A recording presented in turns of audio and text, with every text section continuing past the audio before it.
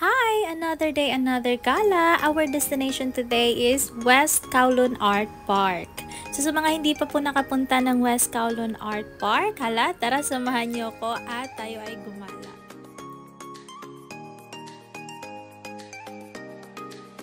West Kowloon Art Park ay isa sa pinakamalaking art park sa buong mundo. So, hindi lang tayo gala, may background checking din tayo. So, isa siya sa pinakamalaking art park sa buong mundo na may 40 hectares. Imagine mo yun, 40 hectares. Kasi may 4 or 5 facilities ata sila dyan na sobrang ganda din. Ang M+ ang pinaka-favorite ko dyan, tsaka yung Hong Kong Palace Museum. Dito pwede kayo mag-picnic, walking, jogging, yung kahit maglalatag lang kayo dyan, pwede na kayong umupo, makahanap ng pwesto, tapos kung may mga baon kayo, tapos pwede nyo din dalhin yung mga kids dito kasi sobrang lawak ng place. Tsaka may mga restaurants around the area, pero kung ikaw ay nagtitipid, I suggest magbaon. This is also pet-friendly place. So, pwede nyo dalhin dito yung mga pet nyo. Pero be responsible. Always na nakatali. Tsaka, of course, pag magpupupo yung pet nyo, make sure na you pick it up and throw it in the right place. About the comfort room naman, meron silang CR around the area. So, no worries, mga sis.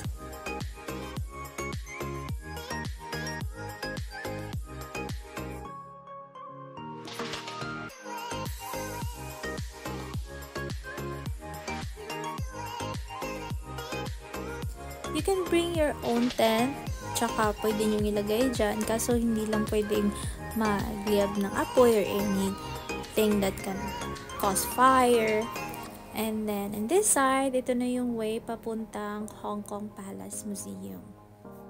Ang ganda din ng view dito.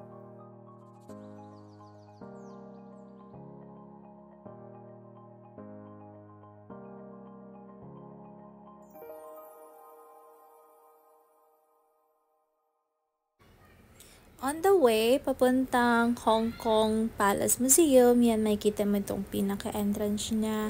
Ang ganda na, ang daming nagpipicture niyan. And so lucky, hindi siya ganun ka-crowded kasi it's Monday.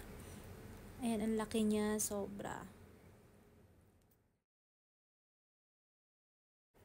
Ang sarap lang talaga sa mata, tapos kung ikay pagod na pagod, tapos day off mo, I think this is one of the right place na makakapag-relax ka. Alam mo yung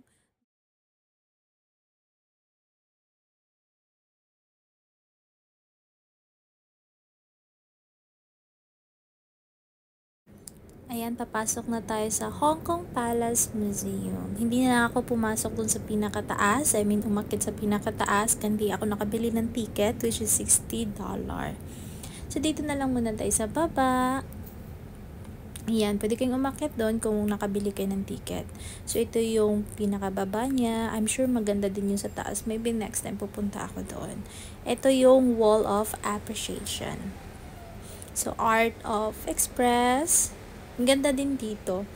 Kaso, mamahalin yung mga binibenta nila. Like, paypay is $178.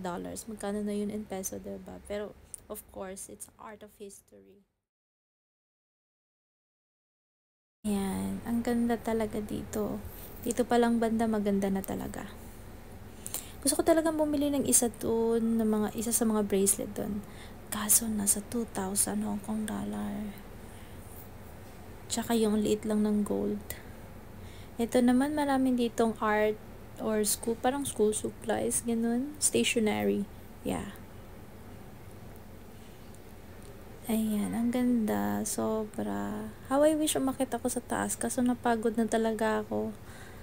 Kasi ang layo. Panilakad ko mula bahay hanggang West Kowloon Art Park. Ayan, may restaurant sila sa loob. Ito na yung sa labas. So, yung address niya ay nasa West Kowloon Cultural District, 18 Museum Drive, Kowloon. Malapit lang to siya. So sa mga hindi pa nakapunta ng West Kowloon Art Park, schedule nyo na ang day off nyo at i-message yung mga friends nyo para makapag-picnic kayo dito. I hope you enjoyed the video. Bye!